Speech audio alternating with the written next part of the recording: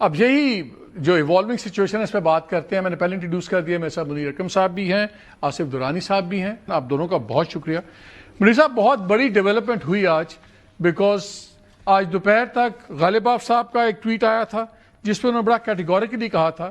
کہ United States کو ضرور لیبنان کے اوپر وعدے کو پورا کرنا ہوگا, must comply with the agreement, اور resistance and Iran are one soul both in war and is ceasefire. اور یہ ریزسٹنس وہ لیبنیز ریزسٹنس کی بات کر رہے تھے, پہلے بھی انہوں نے کہا, اور America should withdraw from Israel first mistake. سب کا خیال تھا کہ اسرائیل نے بھرپور کوشش کر رہا ہے تباہی کر کے لیبنان میں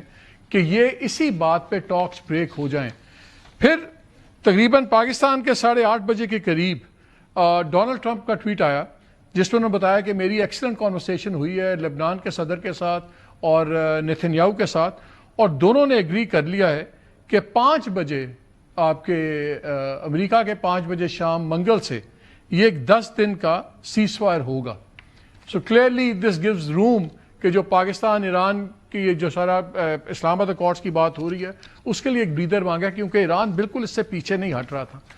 اب اگر یہ چیز ہولڈ ہو جاتی ہے, ہو جاتا ہے اگر یہ 5 PM تو پھر 5 بجے سے ہو جائے گا آج شام کو, یعنی کہ سوری ٹیوزڈے کہہ رہا ہوں, آج شام سے آپ کے 5 بجے یہ ایگریمنٹ اگر سیز فائر ہولڈ کرتا ہے, پھر اس کے بعد کوئی آپ کو بڑا امپیڈمنٹ نظر آتا ہے؟ جی صحیح ہے, یہ ایران کی پہلے سے شرط تھی, اور پہلے آپ کو یاد ہوگا کہ انہوں نے کہا تھا کہ ہم ہرمز کھول دیں گے in coordination with our military forces,